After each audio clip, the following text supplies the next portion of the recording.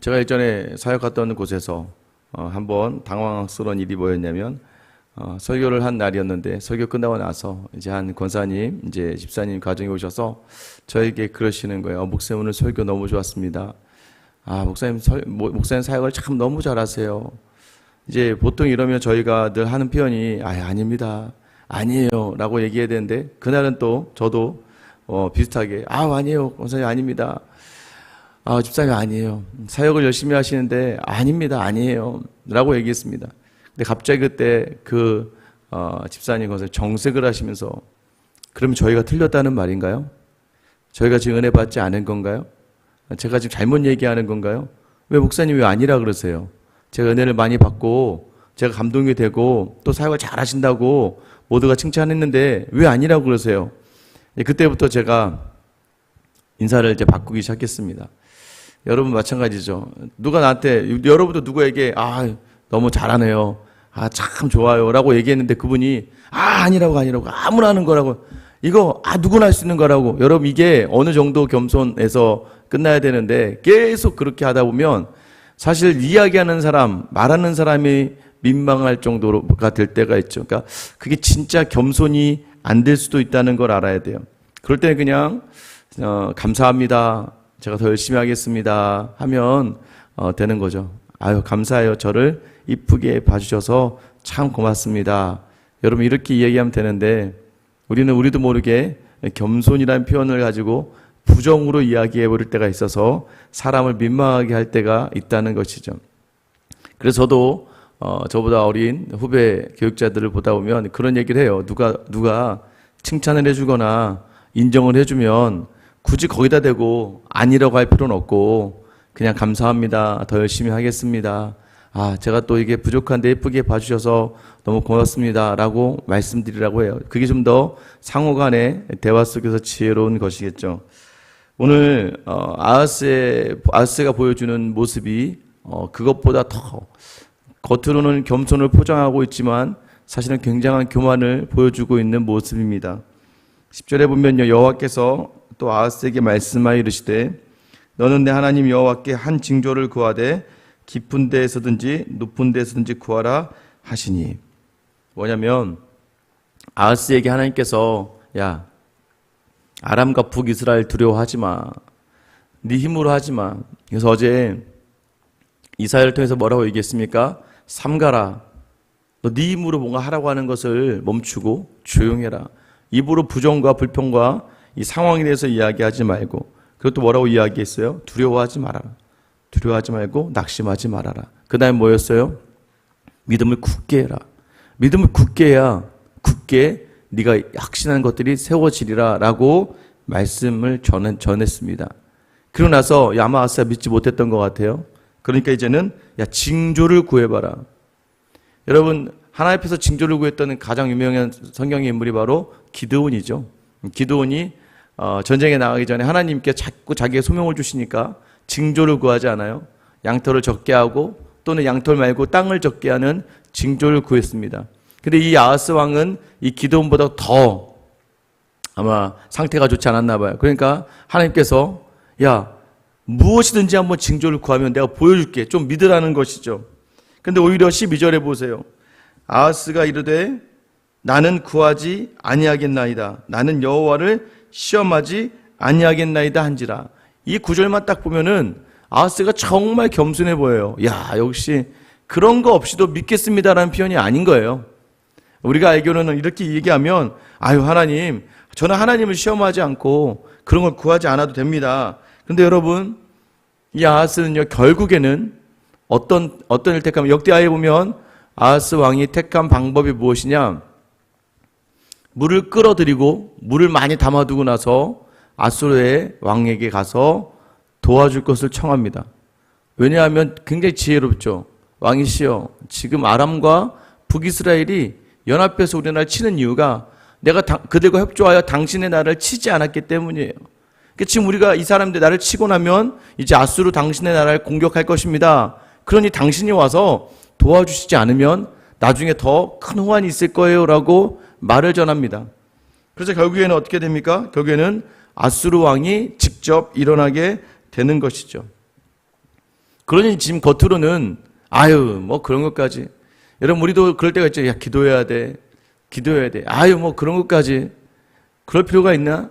여러분 때로는 우리가 겸손해 보이는 것 같고 또 때로는 너무나 막 그렇게까지 하면서 나는 마음속에 어떤 마음이 있냐면 내가 할 수 있어라는 또 충분히 세상적인 방법으로 할 수 있다고 생각하는 부분들이 있다는 것이죠.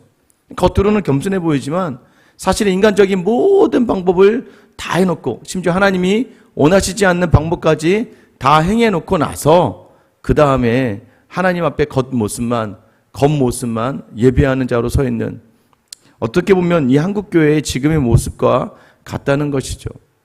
겉으로는 예배하지만 삶으로는 늘 교만하고 자만하고 겸손하지 않는 삶의 모습과 같다는 것이에요. 13절에 보면 이사야가 이르되 다윗의 집이여 원하건대 들을지어다. 너희가 사람을 괴롭히고서 그것을 작은 일로 여겨 또 나의 하나님을 괴롭히려 하느냐. 여기서 괴롭히려 하느냐는 표현은 인내를 시험하다는 표현이에요. 너 하나님의 인내를 지금 시험하는구나. 하나님이 지금 어떻게든 도와주려고 하는데도 불구하고 하나님이 계속해서 인자와 자비로 이 왕이 착한 그렇다고 좋은 왕도 아닌데 어떻게든 하나님께서 너로 하여금 하나님 앞에 충성되고 순종하게 서서 나아가길 바라는데도 불구하고 네가 하나님의 인내를 시험한다는 거예요. 그래서 14절에 보면 그러므로 주께서 친히 징조를 너에게 주실 것이라. 그러면 하나님이 징조를 주실 거야. 그것이 우리가 잘 알고 있는 말씀, 보라 처녀가 잉태하여 아들을 낳을 것이요 그 이름을 임마누엘이라 하리라. 여러분 사실 이사야가 전하는 이 시기에 한 600~700년 전이거든요. 예수님이 탄생하기. 이사야가 과연 예수님의 존재를 알았을까? 예수님의 존재를 알고 예수님이 처녀로부터 잉태하여 태어날 것이라는 걸 알았을까? 그 창세기 3장 15절 말씀에 이 여자의 후손이 이 뱀의 머리를 상하게 할 것이라고 하는 이 예언을 온전히 알고 있었을까? 사실은 아마 거기까지는 알지 못했던 것 같아요. 왜냐하면 8장에 등장하는 이사야의 둘째 아들, 이 둘째 아들의 이야기와 이 내용이 좀 겹쳐서 갑니다. 그가 이사야의 아내가 처녀는 아니었지만 이사야의 둘째 아들이 이제 8장에 내일 본문에 나옵니다. 아마 그 내용을 생각하고 했던 것 같지만 오늘 본문은 그래서 처녀가 잉태하여 아들을 낳을 것이다. 예수 그리스도의 탄생을 이야기하지만 사실 그 당시의 배경과 그 당시 환경으로는 거기까지는 아니고 다만 뒤쪽이 더 강조가 되는 것이죠. 그의 이름을 임마누엘이라 하리라. 이것은 어떤 말이냐면 하나님이 우리와 함께 계시다라는 표현이에요. 예수 그리스도께서 아들을 낳기 전도 또 예수 그리스도가 이 땅에 태어날 이후부터도 계속 하나님이 우리와 함께 계신다. 그 징조를 보여주는 이유가 뭐냐면 하나님이 우리와 함께 계시는 분이라는 것을 친히 알려주신다는 거예요. 그런데 이 600년 동안에 계속해서 악을 행하는 이스라엘 백성들, 심지어는 말씀이 없는 그 기근 속에 살아가는 이스라엘 백성들에게 나중에 이 말씀 그대로 친히 징조를 드러내시는 게 뭐예요? 예수 그리스도의 탄생을 이야기하는 것이죠. 오늘 본문에서는 역시 유다와 함께 하실 하나님을 약속하시면서 15절에 보면 그가 악을 버리며 선을 택할 줄 알 때가 되면 엉긴 젖과 꿀을 먹을 것이라. 이 표현이 이제 둘째 아들이 아마 내일 본문이에요. 아빠와 엄마의 이름을 부르기 전에 하나님이 두 나라를 폐하여 버릴 것이다 라고 말씀하세요.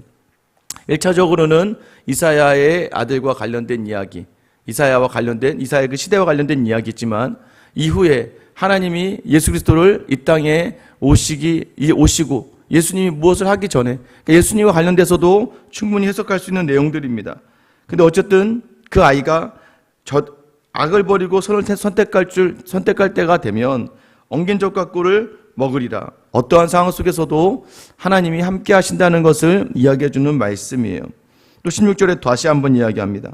대저 이 아이가 악을 버리며 선을 택할 줄 알기 전에 네가 미워하는 두 왕의 땅이 황폐하게 되리라. 네가 지금 미워하는 그 두 왕, 아람과 북이스라엘 왕의 땅이 황폐하게 될 것이다.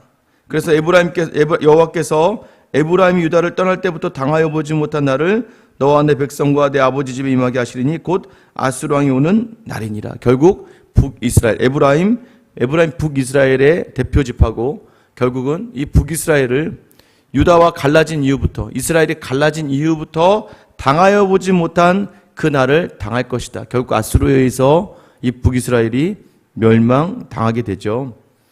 여러분, 지금 하나님께서 이 예언을 1차적으로 가까운 이사야 시대의 상황으로 이야기하고 있고, 나중에는 이 일들이 하나하나 이루어지고, 특별히 그 임마누엘로 징표되는 아이가 선택할 줄 알기 전에 아람과 북이스라엘이 황폐하게 될 것이다. 자, 그런데 거기에만 끝나는 게 아니에요. 당시에 아하스가 아수르 왕 디글랏 블레셀에게 도움을 구하였습니다. 디글랏 블레셀이요, 쭉 쳐들어와서 아람을 정벌하고 북이스라엘 침략해서요, 베가 왕, 지금의 북이스라엘 왕 베가 왕 대신해서 호세아라는 왕을 새로 세웁니다. 여기서 끝나는 게 아니에요. 어떻게 됐을까요? 18절 말씀이죠. 그 날에는 여호와께서 애굽 하수에서 먼 곳의 파리와 아수르 땅의 벌을 부르시리니, 그 전에 의지했던 애굽으로부터도 어려움을 당할 뿐만 아니라 이제 너희가 택한 그 아수르로부터도 너희가 고난과 환난을 당할 것을 말씀하시는 거예요. 18절 19절, 그래서 애굽과 아수르, 애굽의 파리와 아수르의 벌을 사용하여 유다를 심판하실 것을 이야기합니다. 20절에 보세요. 그날에는 주께서 하수 저쪽에서 세내온 삭도 곧 아수르 왕으로 내 백성의 머리털과 발털을 미실 것이요 수염도 깎으시리라. 지금 네가 의지했던 그 아수르가 너희 땅을 쳐서 털을 다 깎고 수염도 깎을 것이다. 수치와 조롱의 대상으로 너희를 만들 것이라는 거예요. 너희가 의지하고 기대했던 곳으로 오히려 너희는 수치스럽게 될 것이고 모욕을 받게 될 것이다 라고 이야기해요. 21절 22절에 보면 그날에는 사람이 한 어린 암소와 두 양을 기르리니 그것들이 내는 젖이 많음으로 엉긴 젖을 먹을 것이라. 그 땅 가운데 남아있는 자는 엉긴 젖과 꿀을 먹으리라. 14절에 이야기했던 것들, 그러니까 15절에 이야기했던 엉긴 젖과 꿀과는 내용이 좀 달라요. 15절에 이야기했던 것은 그렇게 북이스라엘과 아람을 치고 너희가 편안한 상황을 이야기하는 거지만, 지금 이 상황은 너희가 젖이 많다는 표현이 뭐냐면, 야, 정말 풍성함이 있구나가 아니라 전쟁으로 많은 남자들이 죽게 되니까 이제 소와 양 그대로인데 사람이 없으니까 그들이 일정한 양을 내도 먹을 사람이 적기 때문에 많은 양을 먹게 될 것이라는 표현이에요. 그러니까 이제 아수르로 인해서 너희가 더 큰 고난 속에 있게 될 것이라는 것을 본문에 보여주는 것이죠. 23절부터 25절은 어떤 내용이에요? 그날에는 천그루에 은 1000개의 가치가 있는 포도나무가 있던 곳마다 찔레와 가시가 날 것이라. 좋은 땅이었는데 다 찔레와 가시가 날 것이다.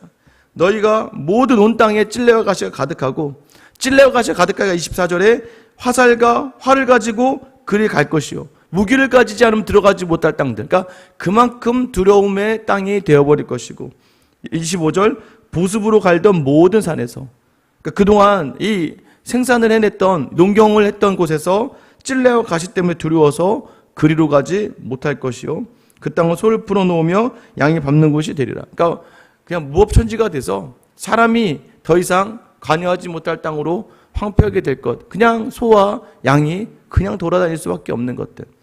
여러분 기억하셔야 됩니다. 우리가 겉으로는 하나님 괜찮아요 라고 이야기하는, 하나님 이 정도야 제가 하면 되죠. 때로는 겸손으로 이야기했던 부분들이 굉장히 교만할 수 있고, 또 때로는 우리가 의지했던 것들을 통해서 무너질 수 있다는 것을 기억하셔야 돼요. 하나님은요, 하나님 외에 여러분이 더 기대하고 더 의지하는 것을 미워하십니다. 반드시 그것을 무너뜨리실 거예요. 여러분, 그래서 지금부터 우리의 삶의 자리에서 하나님보다도 더 우리가 우선하고 의지하는 것들이 있다면 여러분 돌아보시며 과감하게 내려놓으셔야 돼요.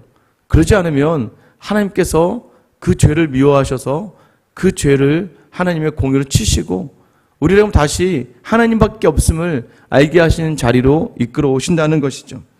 여러분 기억하셔야 됩니다. 진정한 겸손이라는 것은요, 우리가 최선을 다하되 늘 기도하는 거예요. 내가 할 수 있는 일을 할지라도 하나님께 기도하고 하는 거예요. 제가 말씀드렸잖아요. 기도하면서 하는 사람과 기도하지 않으면서 하는 사람의 특징이 무엇입니까? 기도하지 않는 사람은 그것이 자기가 한 줄 아는 교만과 자만에 있게 되고, 그것이 자기 뜻대로 되지 않으면 낙심하고 무너져 버리고 두려워하며 근심하게 되는 거예요.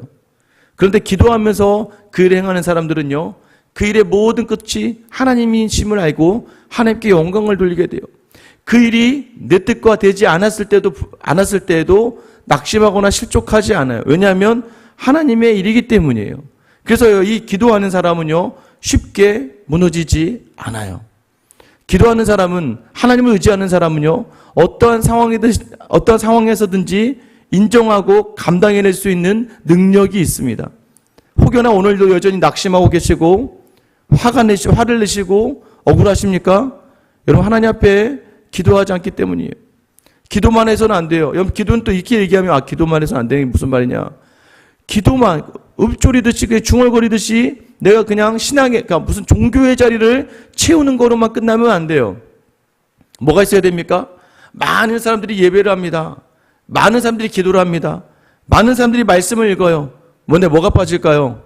충성과 순종이 없어요. 제가 늘 충성이 뭐예요? 진정한 순종은 무엇입니까? 내가 하고자 하는 것만 하는 게 아니라고요.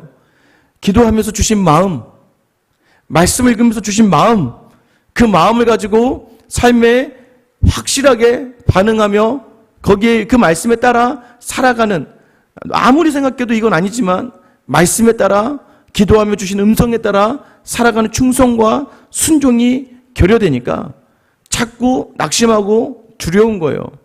하나님이 우리의 모든 삶을 이루어 가십니다. 흔들리지 마시고 여러분, 하나님의 말씀에 확신을 가지고 담대하게 나가시되, 여러분 세상에 의지하는 모든 것들을 이 시간 다시 한번 끊어내고 내 생각과 내 의지를 가지고 있던 모든 자리들을 내려놓으며 하나님 앞에 겸손하게 설 때에 하나님이 그 겸손에 반드시 복 주실 줄 믿습니다. 오늘 그런 하루가 되시길 예수님의 이름으로 축원합니다. 이 시간 기도할게요. 하나님, 오늘도 우리를 겸손하게 하시고 온전한 겸손으로 서는 하루가 되게 하여 주시옵소서. 늘 입으로는 주님을 따르고 주님을 사랑하고 주님의 뜻을 따라 그 십자가의 길을 간다 이야기하지만 하나님 늘 주신 말씀 가지고 잠시의 감동으로 끝나버리고 늘 기도하다가 이내 내 뜻과 내 마음대로 행하여 버리는 우리의 교만과 자만을 내려놓고 오늘도 하나님께서 주시는 우리의 마음의 음성에 민감하게 반응하며 오직 하나님의 뜻만 내 삶에 드러나는 귀하고 복된 하루가 되게 하여 주시옵소서. 내게 주신 가정과 직장과 사업의 모든 자리마다 하나님이 주신 줄 믿고 하나님만 의지하며 쉬지 않는 기도와 겸손과 충성과 순종으로 오늘 하루를 주님을 기쁘시게 하는 저 우리 모든 성도들 다 되게 하여 주시옵소서. 늘 겸손의 길을 가시며 육체는 두렵고 떨려 가지 못할 곳이지만 순종으로 십자가를 지셨던 우리 주 예수 그리스도의 이름 받들어 기도드립니다. 아멘.